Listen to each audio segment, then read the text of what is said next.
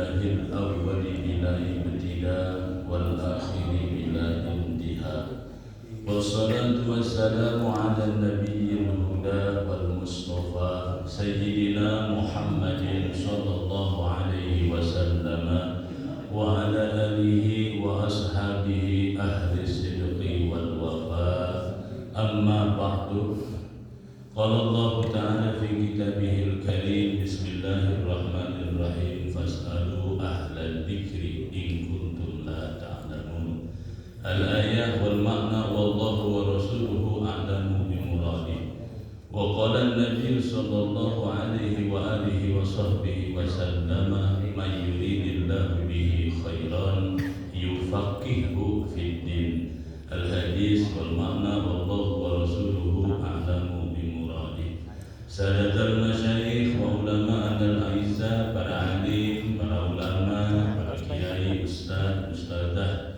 tokoh-tokoh agama, tuan-tuan guru, guru-guru ngaji, para sesepuh, kesepuhan, bini sepuh, tokoh pemerintah, tokoh masyarakat, pemuka adat, seluruh jajaran pengurus Masjid As-Salam mulai Bapak Ketua dan sebagainya, Bapak dan Ibu jamaah sekalian, insyaallah kita adalah termasuk hamba-hamba Allah yang dimuliakan oleh Allah Subhanahu wa taala. Amin ya rabbal alamin. Alhamdulillah wa syukru ala ni'amillah. Tidak ada ungkapan dan ucapan terbaik selain daripada ungkapan dan ucapan syukur kepada Allah Subhanahu wa taala yang kembali Allah berikan kita nikmat taufik, nikmat hidayah, berikut inayah, kesempatan dan kemampuan menjalankan ibadah. Semoga ibadah kita diterima oleh Allah Subhanahu wa taala. Amin ya rabbal alamin. Salawat dan salam teruntuk baginda Rasulullah sallallahu alaihi wasallam, berikut para sahabatnya, para pengikutnya, termasuk kita yang mengaku sebagai umatnya. Semoga pengakuan kita juga diamini oleh baginda Nabi, diakui bahwa kita umatnya beliau dan berhak mendapatkan syafaat nanti di yaumil qiyamah. Amin ya rabbal alamin.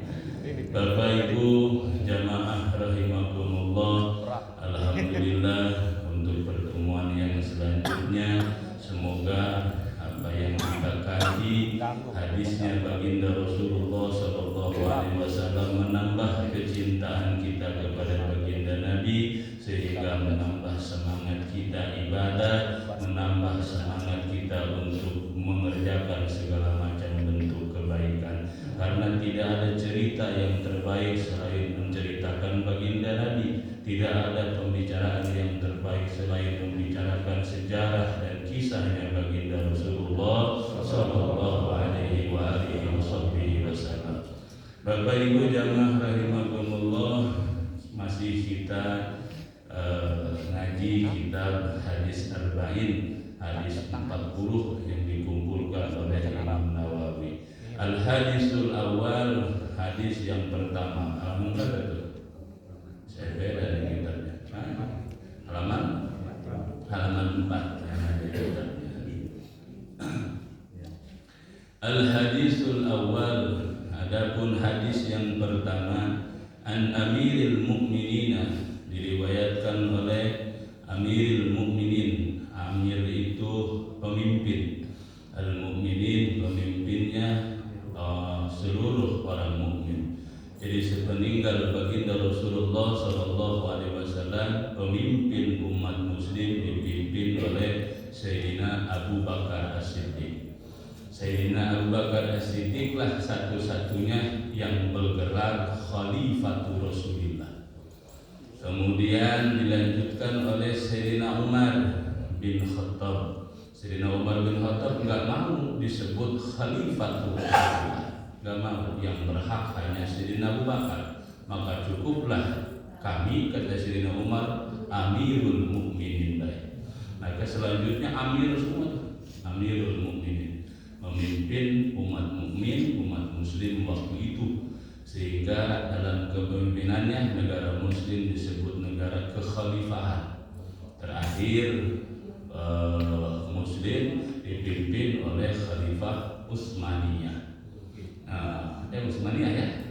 Di Turki itu Ottoman. Orang Turki nggak bisa menyebut Utsman, Ottoman. Dan jamaah rahimakumullah.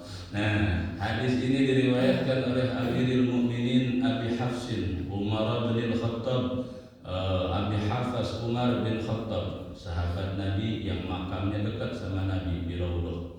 Di Raudhah makam Nabi ada 3 makam di situ, makam Nabi, makam Sayyidina Abu Bakar, makam Sayyidina Umar bin Khattab. Mudah-mudahan dikasih rezeki, kasih kesempatan bisa ziarah ke sana. Amin. Sayyidina Umar bin Khattab punya gelar beliau Al-Faruq, sang pemisah, sang pembeda. Karena Islam beda. Ketika Sayyidina Umar bin Khattab masuk Islam jadi beda rasanya. Dulu ngumpet-ngumpet, ketika Sayyidina Umar masuk Islam terang-terangan berani. Karena Sayyidina Umar ini gagah, jagoan Pak. Apa kalau bahasa kami jawara? Apa kalau bahasa sini? Reman. Kepala kencong. Sayyidina Umar itu jagoan luar biasa. Nabi itu doa, Allahumma a'izzal Islam bi umarain. Doa Nabi diijabah, ya Allah, menangkanlah Islam, agungkanlah Islam dengan 2 umat. Jadi di Mekah itu zaman Nabi ada 2 Umar. Satu Umar bin Hisam, yang kedua Umar bin Khattab. Umar bin Hisam ini nama asli kita kurang begitu kenal, tapi kalau dipakai aliasnya kenal semua. Namanya Abu Jahal. Abu Jahal matinya bulan Ramadan, di perang Badar mati dia. Jangan wafat, mati dia. Modal.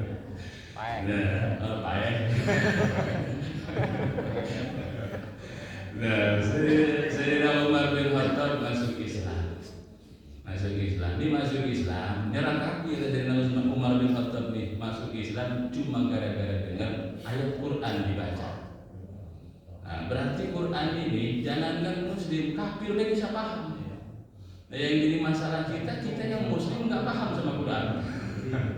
Umar bin Khattab paham dengan Quran sehingga kagum terhadap Al-Quran. Qaha ma anzalna 'alaikal Qur'ana litasqa tanzilan mimman khalaqal arda was samawati ula. Dengar dia. Begitu dia baca, terketuk hatinya, hidayah masuk Islam. Alhamdulillah. Dulu pemeluk Islam masih sedikit ngumpet-ngumpet baca Quran deh kayak suara lebah. Saking nggak mau ketahuan orang. Begitu Sayyidina Umar masuk Islam, dia langsung datengin Abu Jahal, datengin sama dia. Kalau berapa Islam sekarang? Jangan macam-macam. Jagoan. Ada yang berani. Nah dari situ Al-Quran mulai dibaca secara bebas. Sayyidina Umar bin Khattab Al-Faruq, gelar beliau pemisah yang hak dan yang batil. Luar biasa, walaupun jagoan hatinya melembut. Kayak kita muka sangar hati Hello Kitty kan gitu ya. Nah radhiyallahu ta'ala anhu, semoga Allah meridhai beliau. Qala Sayyidina Umar berkata, sami'tu Rasulullah sallallahu alaihi wasallam, aku mendengar baginda Rasul yaqulu bersabda. Sabda Nabi, innamal a'malu binniyat, sesungguhnya seluruh amal itu. Kalau Imam Syafi'i madhab kita mengartikan hadis ini begini, innamal a'malu binniyat, sesungguhnya sahnya, pakai sahnya segala amal binniyat, tergantung dari niatnya. Wa innamal likulli imri'in ma nawa, dan sesungguhnya bagi setiap orang manawa apa yang dia niatkan. Faman kanat hijratuhu ilallahi wa rasulihi, maka siapa saja orang yang hijrahnya menuju Allah, menuju Rasulullah, fa hijratuhu ilallahi wa rasulihi, maka hijrahnya menuju Allah dan Rasulnya. Wa man kanat hijratuhu li dunya, dan siapa saja orang yang hijrahnya menuju dunia, yusibuha, dunia akan dia dapatkan. Aw imra'atin yankihuha, atau hijrahnya menuju perempuan, yankihuha akan dia nikahi. Fa hijratuhu ila ma hajara ilaihi, maka hijrahnya seseorang tergantung kemana yang dia mau arahnya. Nah jemaah rahimakumullah, asbabul wurud itu sebab turunnya ini hadis. Kalau Al-Quran namanya asbabun nuzul, sebab turunnya ayat. Ada disiplin ilmu sendiri. Hadis, Nabi ngeluarin hadis. Kenapa Nabi ngomong begini? Ada sebab.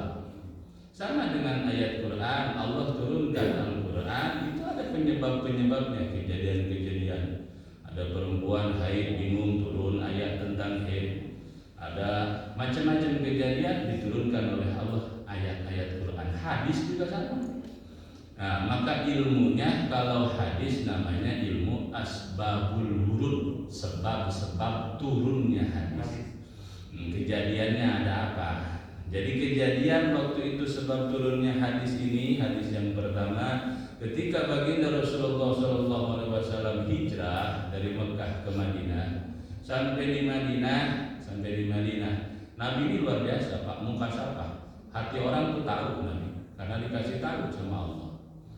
Nah, ketika Nabi hijrah ke Madinah, ini hadis dipakai khutbah oleh baginda Nabi ketika sampai di Madinah.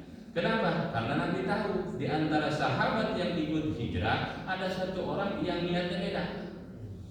Nah, ada kan macam-macam di sini juga sama ya, niatnya beda-beda. Yang niat ini, niat itu, macam-macam. Dan Nabi tahu semua itu, tapi ada satu dari kesekian banyak sahabat Nabi yang niatnya beda. Yang niatnya dia datang ke Madinah karena ada perempuan yang dia demen di Madinah. Jadi judulnya bukan hijrah, mau ngapel. Dan Nabi tahu. Nah, nama perempuan itu Muhajir Ummu Qais. Nah, nama perempuannya Muhajir Ummu Qais orang Madinah yang jadi demenan sahabat Nabi yang dari Mekah. Kalau orang Mekah yang ke Madinah disebut Muhajirin, kalau orang Madinahnya disebut Ansor, pribumi Ansor itu. Jadi pendatang pribumi dari dulu sudah ada. Nah jemaah rahimakumullah, maka kemudian Nabi khutbah begini, innamal a'malu binniyat, segala macam bentuk pekerjaan itu bagaimana niatnya. Niat itu bahasa Arab, bahasa kitanya agak kerenan, komitmen. Nah, komitmen ya, komitmen itu apa? Ikatan hati kita, sungguh-sungguh kita. Nah itu namanya niat. Kalau bahasa Arabnya niat, bahasa kitanya komitmen, kesungguhan hati. Nah segala amal bentuk ibadah itu bagaimana niatnya. Wa innamal likulli imri'in ma nawa, dan orang tuh niatnya mau kemana. Maka hadis ini oleh ahli-ahli hadis, inna hadzal hadis minal ahadisil hammah. Hadis ini adalah hadis yang penting. Hadis yang sangat penting karena menentukan kualitas ibadah seseorang. Kualitas ibadah seseorang itu dihitung dari niatnya dulu. Karena manusia itu ibadah lewat 3 jalan, lewat hati, lewat pekerjaan, itu lewat lisan. Kalau yang lisan disebut qauliyah, kalau yang pekerjaan badan disebut arkaniyah, kalau yang urusan hati disebut jinaniyah atau qalbiyah, qalbiyah. Sama kita sholat, niat itu sama, pegawaian hati. Maka tidak disyaratkan niat diucapkan. Maka ada pemahaman, ada yang mengucapkan niat, ada yang kagak pakai, ya? Ada yang pakai usholi, ada yang enggak pakai. Jangan berantem itu, sama-sama boleh. Sama-sama boleh. Ini ada orang sholat kedua kan, yang satu usholi, yang satu kagak. Kata yang pakai usholi keras dikit biar dengar sholli. Kata yang sebelah enggak usholi. Berantem berdua tuh gara-gara usholi. Sebab yang disyaratkan dalam mau ibadah adalah niat, dan niat itu wa mahalluhal qalbu, tempatnya niat ada dalam hati. Tapi disunahkan, ya pendapat macam-macam. Disunahkan oleh Imam Syafi'i mengucapkan niat liyusaidah, untuk menolong hati agar mudah menetapkan niat masuk ke dalam hati diomong. Kalau kita kan begitu ya, agar kuat biar terdengar, agar hati tambah mantap. Maka maka kita pakai usolli fardhu subhi. Ada yang enggak langsung baik, jangan disalahin ya. Ada galau. Nah jemaah rahimakumullah, maka niatnya luar biasa, luar biasa. Nah hadis ini diriwayatkan oleh rawahu Imam al-Muhadditsina, atau yang meriwayatkan hadis ini adalah imamnya ahli hadis, yaitu Abu Abdullah Muhammad bin Ismail bin Ibrahim bin Al-Mughirah ibnu Bardizbah Al-Bukhari, yang kita kenal disebut Imam Bukhari. Namanya itu tadi, namanya Muhammad bin Ismail. Lengkapnya lagi Abu Abdullah Muhammad bin Ismail bin Ibrahim bin Mughirah bin Bardizbah Al-Bukhari. Panjang. Berapa keturunan tuh ya? Bin Anu bin Anu bin Anu bin Anu. Nah jemaah rahimakumullah, Imam Bukhari bukan orang Arab, orang Europe, orang Eropa ya. Kalau sekarang benuanya benua Eropa. Orang mana? Orang Uzbekistan. Uzbekistan. Ada yang pernah ke sana? Ada? Belum ya. Sekarang ada dalam naungan Federasi Rusia. Mang Putin. Nah, sekampung nih Imam Bukhari sama Mang Putin. Gelarnya Imam Bukhari itu Imam Amirul Muhaddisin. Kalau ada Amirul Mukminin, ada juga Amirul Muhaddisin. Amir itu pemimpinnya ahli hadis Imam Bukhari. Bukan orang Arab ternyata, orang luar Arab, orang Eropa. Nih menandakan bahwa Islam itu rahmatan lil alamin. Semua Arab akan merasakan. Harus ada ulama yang non Arab. Kayak di Indonesia punya ulama besar-besar. Ada Indonesia punya hadis disebut punya gelar musnidud dunia, ahli sanadnya dunia. Kalau ngaji hadis beliau orang Indonesia, ahli hadis di seluruh dunia ingin ngaji sanad hadis itu mesti ke beliau, sebab beliau sang pemegang sanad hadis. Namanya Syekh Yasin Al-Padani. Orang mana tuh? Padang. Ada sini orang Padang. Orang Hawa ya. Nasi Padang kita mah tahunya ya. Dan jemaah dari Bapak tuh saya Yasin Al-Padani orang Padang, punya gelar musnidud dunia. Masya Allah. Orang Banten punya ulama, gelarnya hebat. Punya gelar nggak sembarang gelar. Ada orang Banten punya gelar namanya Sayyid Ulamaul Hijaz, pemimpin ulama Hijaz. Hijaz itu haram Madinah Mekah. Namanya Syekh Nawawi At-Tanara, Sayyid Ulama Hijaz. Alhamdulillah. Di kita juga ada gelarnya. Gelar apa kita? Itulah, masya Allah, alhamdulillah. Maka Islam harus rahmatan lil alamin. Ulama harus banyak dari luar Arab. Nah, Imam Bukhari beliau lahirnya itu sekitar tahun 194 Hijriah. 194 Hijriah. Lahirnya bulan Syawal, meninggalnya malam takbir. Imam Bukhari malam takbir Idul Fitri dia meninggal. Maka kami kalau suka malam Idul Fitri suka haul Imam Bukhari, Fatihah, baca segala macam doa. Itu karena mengingat imamnya para ilmu hadis adalah Imam Bukhari. Pintar luar biasa. Walaupun dari kecilnya disabilitas beliau itu, nggak ngelihat matanya, buta. Kemudian disembuhkan oleh Allah, punya kecerdasan, umur 12 tahun bisa menghafal ribuan hadis. Kita alhamdulillah ya, hadis hafal banyak ya. Alhamdulillah. Banyak di luar. Banyak di luar kepala. Kepala di mana, hadis di mana.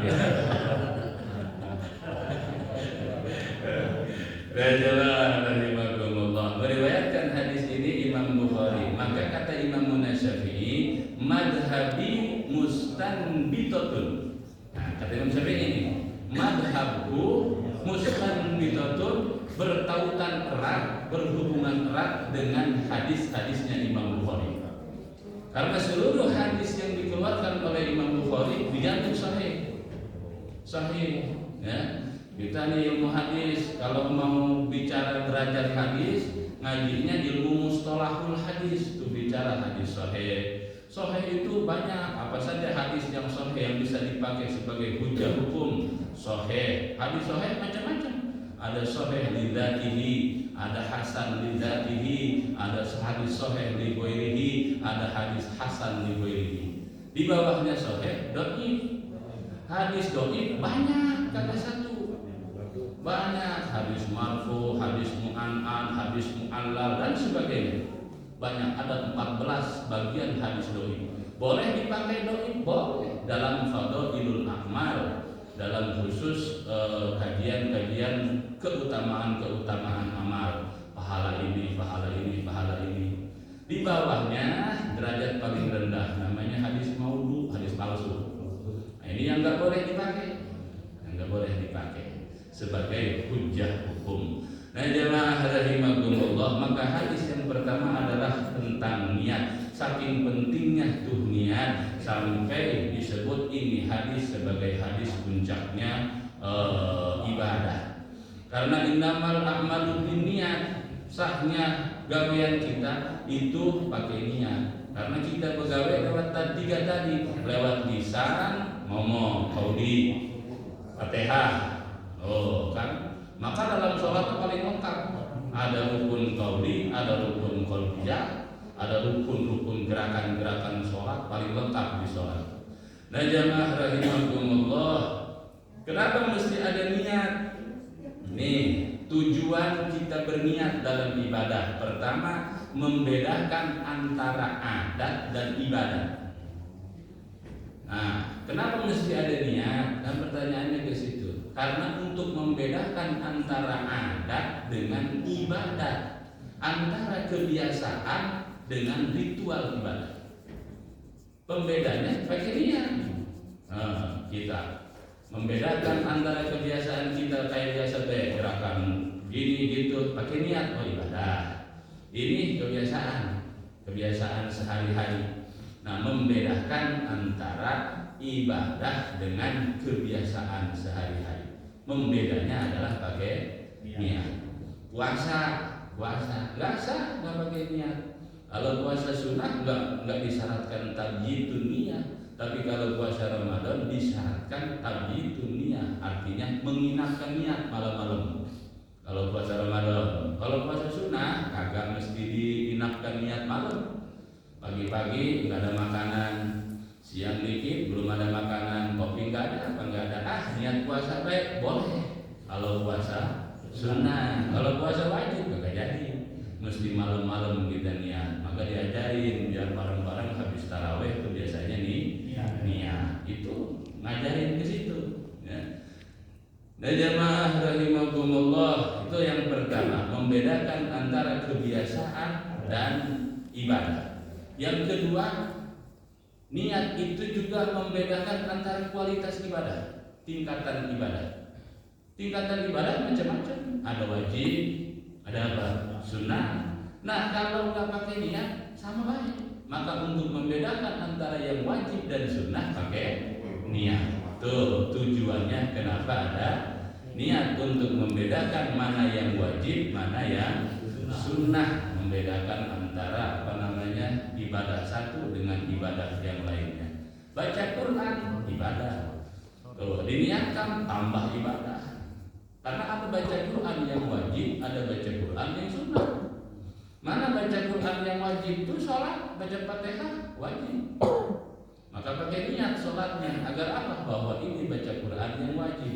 Ada yang sunnah kita tadarusan setiap hari, setiap waktu, setiap saat tuh baca Quran dinilai sunnah. Nah, jamaah rahimakumullah, maka kemudian kita ibadah nih pertama mesti ada niat. Dan kenapa mesti pakai niat? Karena biar ibadah kita berkualitas. Biar ibadah kita berkualitas. Agar ibadah kita berkualitas itu artinya membawa manfaat bagi kita. Membawa manfaat, bisa dimanfaatkan, dan manfaat ini abadi. Bahkan bisa menjadi saksi nanti di yaumil kiamah. Kita sholat, kita ibadah, kita sedekah, segala macam. Tuh, itu perlu niat. Maka mesti ada rukun dalam ibadah supaya ibadah kita tuh sukses. punya kualitas. Kullu amalin nafi wa khairin yusbihu binniyat wal ikhlas wa ibtigha ridwanillah. 3 nih. Yang pertama mesti pakai niat ibadah. Niat saya ibadah, tuh pakai niatnya yang benar. Nah, komitmen kita mau ibadah. Yang kedua, ibadah biar berkualitas mesti ikhlas. Mesti ikhlas. Tahu ikhlas? Ikhlas itu lupa ikhlas itu. Tingkatan paling tinggi makin lupa makin ikhlas. Kagak diingat-ingat. Udah pokoknya mah ikhlas deh sholat gitu kan. Sedekah ikhlas deh gitu ya. Pokoknya enggak usah disebut nama saya, sebut aja hamba Allah. Tapi pas di Jumatan umumin dari saya.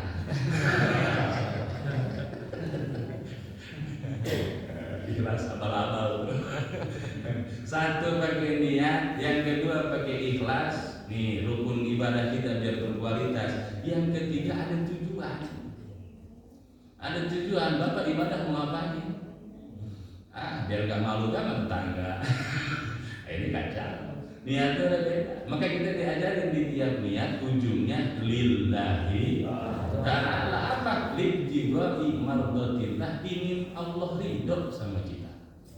Tuh, tujuan kita ibadah menyembah Allah agar Allah ridho kepada kita. 3 nih rukun ibadah nih, niat, ikhlas dan mencari ridho Allah Subhanahu wa taala. Karena apalah arti hidup ya kalau Allah tidak ridho kepada kita. Maka kata ada perempuan waliullah namanya Rabi'ah Al-Adawiyah. Beliau punya ungkapan begini, ya Allah saya kalau mau masuk neraka enggak apa-apa lah, masuk neraka juga. Enggak mesti di surga ya. Dan andai kata saya punya amal saya ini bisa nolong saudara saya muslim, mending buat mereka adalah amal pahala saya itu. Enggak usah buat saya mah enggak apa-apa, mau di neraka atau mau di mana enggak apa-apa, ridho saya mah asal engkau ridho. Asal engkau ridho. Maka ada kisah ini, kisah tasawuf. Seorang wali itu pengen membuktikan bahwa neraka itu katanya panas, tempat dibakar, tempat api lah intinya, api neraka, bahasa dia api neraka. Ini ada wali pengen membuktikan, wali Allah kekasih Allah berdoa pengen masuk neraka ya Allah. Sekarang pengen tahu baik, tapi balik lagi nanti.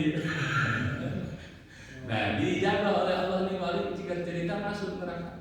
Keliling-keliling pada dalam neraka dia. Katanya panas, enggak ada yang panas, adem. Kata wali itu, tahu kalau kita jangan coba. Don't try this at home. Jadi masuk neraka katanya enggak ada yang panas, neraka adem-adem kayak biasa. Begitu keluar neraka lagi, nanya dia sama malaikat penjaga neraka siapa betul? Malaikat apa? Malik. Ya, malaikat Malik. Nah, hati-hati jauh-jauh sama yang namanya Malik. Sama malaikat Malik nanya dia nih, katanya neraka panas. Kok dingin? Nggak ada yang panas dalam neraka, biasa-biasa baik. Kata beliau bahan bakarannya belum ada. Pertalite belum masuk. Jadi belum dipanasin. Emang bahan bakar neraka apa? Ya orang. Manusia itu sendiri. Apanya? Dosanya. Maka derajat Celcius panas di neraka beda-beda. Ada yang 60 derajat baik, yang banyak dosanya yang 200 derajat. Macam-macam. Jadi bahan bakarnya dosa-dosa manusia itu sendiri. Bagi yang nggak punya dosa ya adem baik. Maka omongan Rabi'ah Al-Adawiyah nggak apa-apa saya di neraka asal Allah ridho kepadanya. Nah jamaah rahimakumullah, tuh ibadah kita satu mesti pakai niat yang baik, komitmen niat tuh mau kemana arah kita ibadah. Yang kedua mesti ikhlas dalam ibadah. Yang terakhir adalah punya tujuan ingin mengharap ridhonya Allah Subhanahu wa taala. Jam 6 sudah ya? Betul ya? Belum. Korupsi waktu. Itu Pak. Korupsi waktu. Nah, coba ini hadis yang pertama dari 40 hadis, mudah-mudahan banyak umur ya. Ada yang mau ditanyakan mungkin silakan ngobrol aja. Monggo. Ya. Assalamualaikum Pak. Waalaikumsalam. Ciri Allah itu dengan amal ibadah kita gimana? Gimana? Ciri-ciri Allah itu dengan amal. Ada hadis ini. idza aradallahu 'abdan khairan. Jika Allah menghendaki seseorang itu baik, ja'alahu muqimal masjid. Allah akan jadikan orang itu orang yang senang dalam masjid. Orang yang senang berada di masjid. Nah, jika Allah menghendaki seseorang baik, artinya Allah ridho kepadanya, Allah bimbing dia di dalam kebaikan kepadanya. Secara garis besar. Jadi pengurus masjid. Alhamdulillah, ini pengurus masjid luar biasa, ketuanya segala macam. Orang yang mau ngurusin masjid itu emang kehendak dia, bukan kehendak Allah Subhanahu wa Ta'ala, karena ingin diarahkan menuju jalan yang benar. Sebaliknya, wa idza aradallahu 'abdan syarran ja'alahu muqimal hammam. Nih, jika Allah menghendaki orang itu tidak baik, tidak diridhoi berarti oleh Allah, Allah jadikan dia pengurus tempat-tempat kemaksiatan. Bukan jagain masjid, jagain bar, jagain diskotik. No, Allah jadikan begitu. Maka ketika kita berada dalam hal yang tidak baik, hati-hati, takut Allah lagi gak ridho sama kita. Maka ada orang yang dikasih memiliki rezekinya lancar, walaupun sholat kagak, ibadah kagak, makin kaya apa? Ada yang begitu ada ya? Sehingga kita iri kadang-kadang, wih kita mau sujud baik, gini-gini baik, untuk terus kali. Tapi orang yang maksiat, tambah kaya, hati-hati, itu istidraj. Dikasih senang di dunia karena mau digeprekin di sana, mau dibikin ayam geprek ya. Nah jemaah rahimakumullah, kira-kira begitu. Maka ada hadis, ini hadis dipakai oleh ulama-ulama di setiap kitab mereka, mayuridillahu bihi khairan yufaqihu fiddin. Siapa orang yang dikehendaki baik oleh Allah, senang mendandani agama, senang ngaji, senang ibadah, pokoknya urusan agama dia senang aja, senang. Nah orang yang kalau sudah senang dalam urusan agama itu Allah lagi ridho kepadanya, dan mudah-mudahan itu seterusnya sampai wafat. Amin ya rabbal alamin. Mungkin itu kira-kira Allah akan bisa. Ada lagi? Ya Pak Yai. Ya, boleh silakan. Assalamualaikum warahmatullahi wabarakatuh. Izin bertanya nih Pak Yai ya. Kembali ke topik kita tadi kan niat Pak Yai ya. Nah, kan manusia ini sering labil ya pikirnya. Apalagi kalau dia itu terkendala dengan keuangan, ekonomi. Nah, seandainya ini ada orang yang karena kesulitan tadi ada yang bantu, keuangan tadi ada yang bantu, tapi yang bantunya ini punya keyakinan lain, agama lain. Nah, jadi di dalam pikirannya itu terbesit mau pindah keyakinan, mau pindah agama ke orang yang bantu tadi. Nah, kira-kira Pak Yai, kalau ada niatan seperti itu, apakah ada hukumnya? Oh ya. Saya baca di kitab Sulamut Taufik, tapi saya baca syarahnya, namanya syarahnya Murqatus Sumud At-Tasdiq. Jadi ini hukum niat.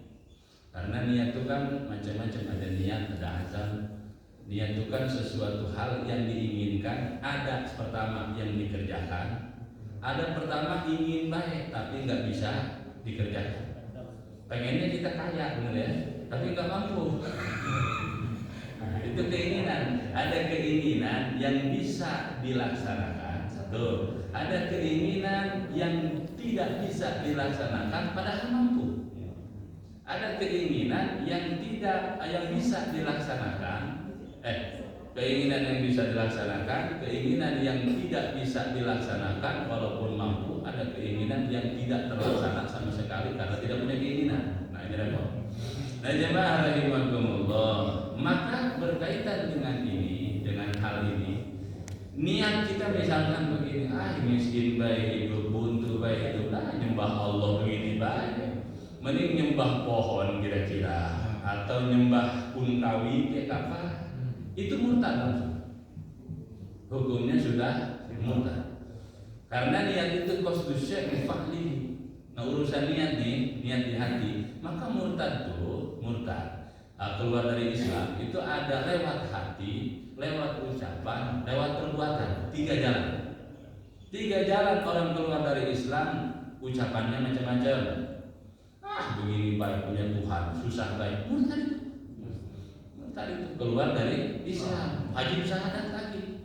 Maka kita diajarin oleh baginda Nabi, hadisnya nanti ketemu di sini, jadidu imanakum, selalulah perbaharui iman kamu, banyakin baca syahadat, maka banyakin sholat. Nah, sholat baca syahadat. Agar apa? Agar ada yang tidak, yang banyak bukan hal yang tidak kita punya ilmu. Nah, dari ucapan ini banyak Pak.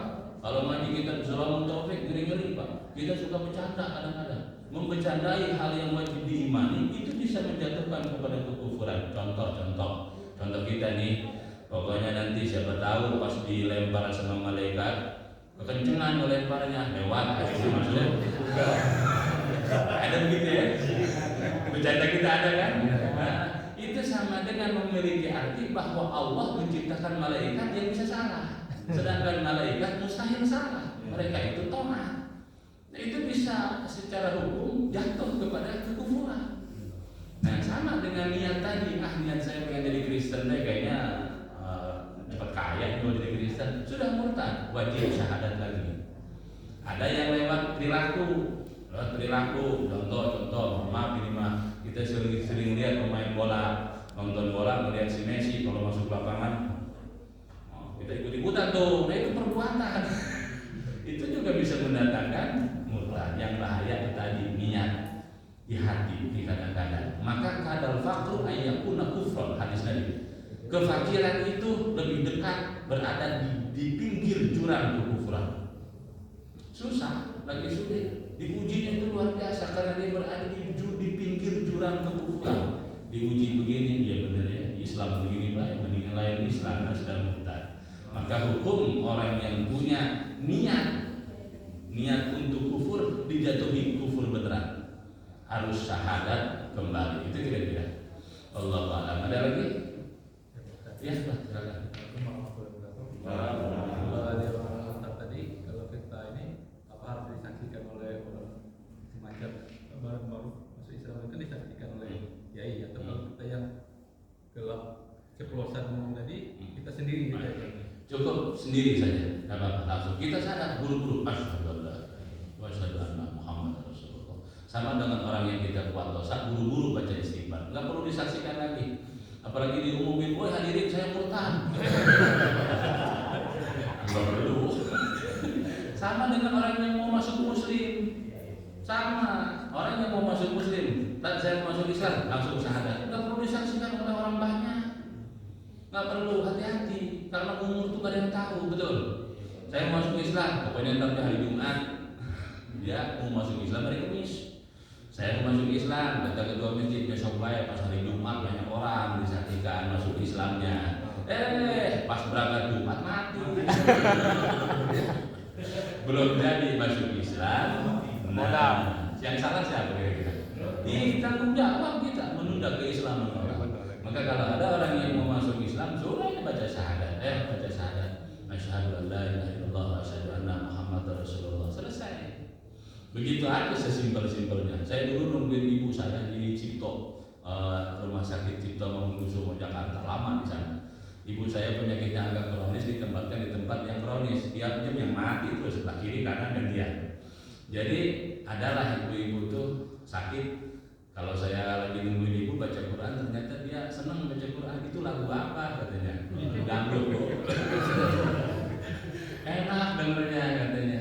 Jadi pas sakaratul maut ya orang kaya hanya pada sibuk gak ada yang nungguin. Saya yang kadang-kadang bantu nungguin. Pengen dibacain Quran. Terus ngomong saya pengen masuk Islam. Boleh nggak? Sangat boleh ibu, silakan. Bagaimana caranya? Baca 2 kalimat syahadat, baca dia asyhadu an la ilaha illallah wa asyhadu anna Muhammadar Rasulullah. Beres syahadat mati. Meninggal. Ditelepon anaknya ya, karena anaknya taunya mamanya Kristen, ya diurus secara Kristen. Kita gak usah protes. Gak usah protes. Ini Islam gak usah, karena itu urusan dia dengan Allah Subhanahu wa taala. Walaupun dia dimakamkan di tempat orang non muslim, kalau kata Allah mesti selamat, dia selamat baik. Nah itulah, maka masuk Islam, murtad, bersyahadat terus. Maka ada ungkapan dari ajaran dari Imam Syafi'i radhiyallahu taala anhu, di sehari jangan sampai enggak melazimkan baca 2 kalimat syahadat. Itulah kenapa kalau ada yang azan kita ikuti jawab. Asyhadu an la ilaha illallah, baca kita juga asyhadu an la ilaha illallah. Kenapa? Agar terus memperbaharui iman kita. Karena kita ini bodoh, nggak ada yang tahu, kadang-kadang salah apa segala macam.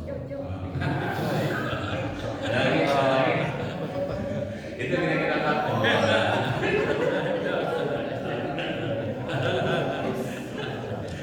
Sudah, ini sudah. Ibu mungkin ada yang mau ditanya. Ada ya Pak. Kasih bonus ini waktunya.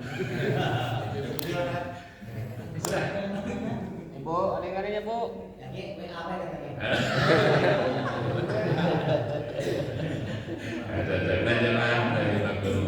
Dan mungkin itu pelajaran kita pagi hari ini, mudah-mudahan bermanfaat untuk kita semua. Artinya yuk niat terus kita perbaiki supaya apa? Ibadah itu nikmat, enak.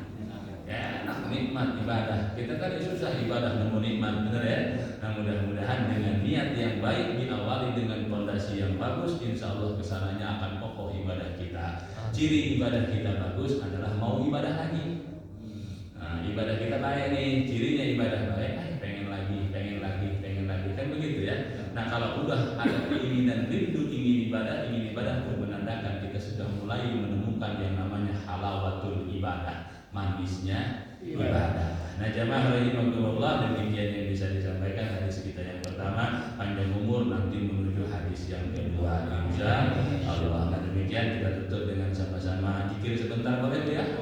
Nah, barang-barang kita mudah-mudahan Allah ampuni salah kita, Allah berikan kemudahan untuk kita dan keluarga kita, Allah berikan kita dikabulkan hajat keinginan dunia dan akhirat kita. Amin ya rabbal alamin. Barang-barang yuk. Astaghfirullahaladzim, astaghfirullahaladzim, astaghfirullahaladzim, astaghfirullahaladzim. La ilaha illallah, la ilaha illallah, la ilaha illallah, la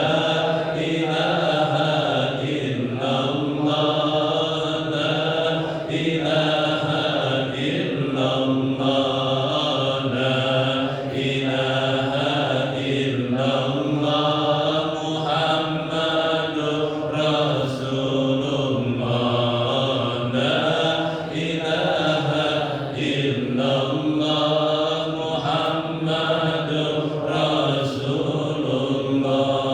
Subhanallah walhamdulillah wa la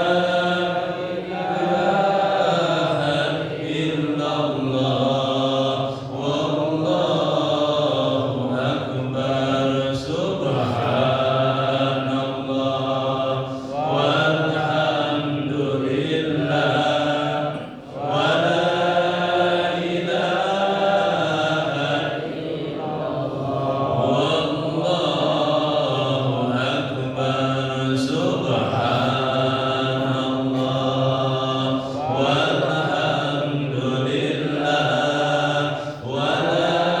la ilaha illallah wallahu akbar. Wa la haula wa la quwwata illa billahil aliyyil azim. Allahumma salli ala sayyidina Muhammad wa ala ali sayyidina Muhammad. Allahumma ja'al jam'ana hadha ya Allah jam'an marhuman wa tafarruqana min ba'dihi tafarruqan ma'suman wa la tuwallina waliyan siwaka ya ilahal alamin wa ya khairan nasirin wa ya rabbal alamin. Rabbana atina fid dunya hasanah wa fil akhirati hasanah wa qina adzabannar walhamdulillahi rabbil alamin. Demikian adalah